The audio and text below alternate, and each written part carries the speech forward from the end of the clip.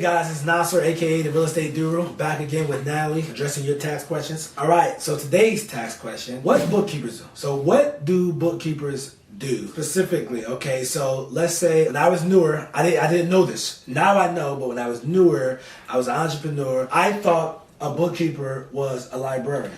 You know, I thought, you know, they keep books. They kept on your books. Yeah, you know, they kept books. You want to read Curious George or, you know, the Bernstein Bears, you go to them, they have the books. Yeah. So as a kid and a teenager, like I'm riding past these tax, I seen like bookkeepers and all that. I just thought like they hoard books. It's a bookstore. It's a bookstore. Yeah. You know, that's what I thought. You know, so can you explain like what do bookkeepers do? And if you're running a business, especially a profitable business, you gotta have one.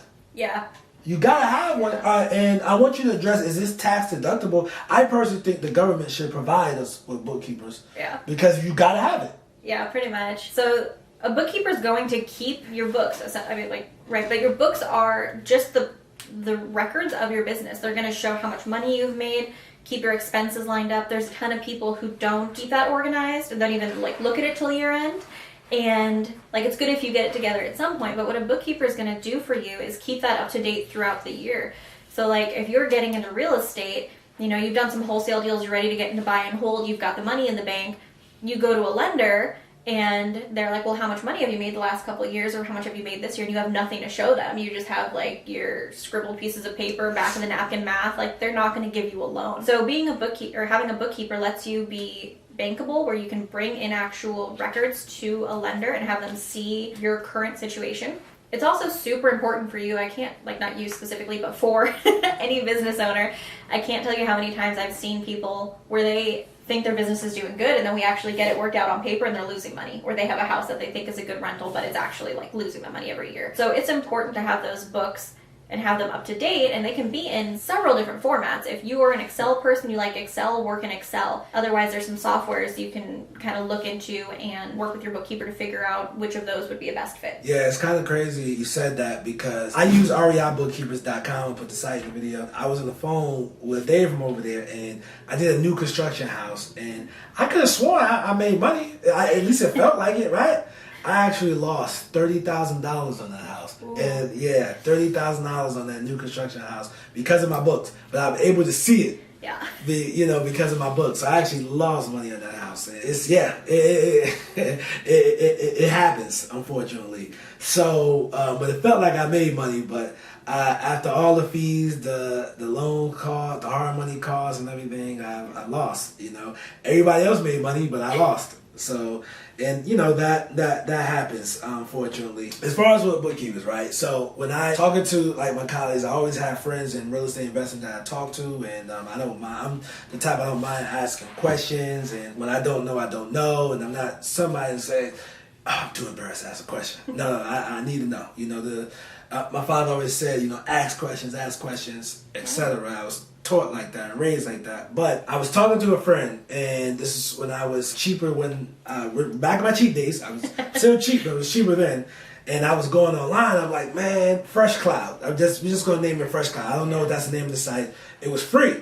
And you just put all your information in there. My friend said, wait, before you use that bookkeeping software, talk to your accountant first to make sure they're okay with it, because they have to be okay with it. I'm like, okay. So then I started asking that question, like, hey, what bookkeeping software is? But why is that question asked? Yeah, so there's some softwares that are kind of an industry standard. Most people use QuickBooks. Yes. Desktop or online, that's sort of the norm in the industry. It's actually not very good, but it's like they just position themselves correctly, and so it's what everyone now uses. And so the problem is, if you're using kind of an unheard of or sort of an unknown third software, like, we can't help it all. So if you go to a firm and they've never used it, if your books are off, they can't necessarily fix them if they don't know how to use the software. So they're not going to learn a whole new software if there's probably thousands of different free softwares out there. Yeah. So you want to use the thing that your accountant can work with and a bookkeeper can work with, and that is sort of the standard, so they can both access it if they need to, make sure it's correct, get everything in there, and not have to sort of learn as they go. So that's why you want to check ahead of time. There's certain tax firms or bookkeepers that won't even work with people except when they're on QuickBooks, or unless they're using their specific, 3 choices for software. All right. See, I didn't know that, because I don't know anything about the tax side. So I just learned that I can be using a software that the accounting firm doesn't even know how to use. So I'm just basically messing up their system. So there's no reason for them to deal with me because I'm one person. Like, yo, no, let's deal with this guy. Hey, look, you go somewhere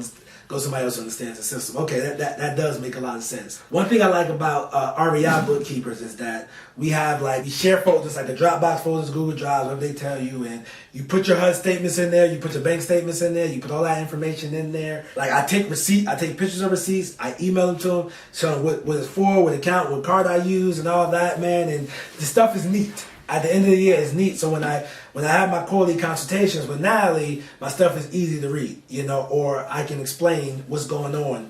So, yes, thank you, RBI Bookkeepers, to the good people over there. Natalie, so now when you do your consultations, right? Somebody signs up for a consultation, go to the site, colotax.com, and with the site, upload their stuff. You request their current books? Sometimes, depending on what they use. Okay. So we tend to look at the taxes first, and we'll look at the bookkeeping. So we don't do any bookkeeping in-house. I actually send everyone to REI Bookkeepers as well. Yeah. Just because they're the only firm I've had great product come from. A lot of bookkeepers don't know real estate. So we'll look at the books, and if they look off, I'll basically send them to Dave for a consult with him. Because it's we can try to work with you, but if what you're giving us isn't usable or accurate information, there's a saying in accounting that's garbage in, garbage out. So if you give us a bunch of numbers that are wrong and we do your taxes, they're going to be wrong. We can't magically correct it if we don't know that the originals are right.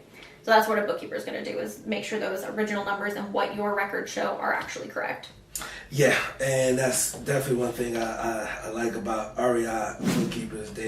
I can say terms to them oh, you say, hey man, what's this $7,000? Oh, that's a wholesale fee. You bought this property. Did you use private money or hard money?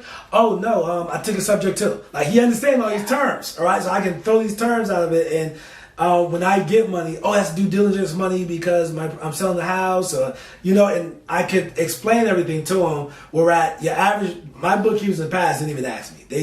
I don't know what they counted at. It was terrible. Yeah, Dave over there, REI Bookkeepers, will get you right. Tell him Nasar sent you. Yeah, he'll take care of you, man. So, all right, before we head out, how do people get in touch with you? Yeah, you can find me on the website at colotax.com, Instagram at Kaladi Tax Boss, or on Facebook at Kaladi Tax and Consulting. All right, so I'm going to just put all my social medias on the screen. The blog, realestateduru.com. You can put your name and email in there. Hope this video was helpful, and hope to help you guys a lot. As usual, till next time, I wish you much success in your life and in your business. Peace.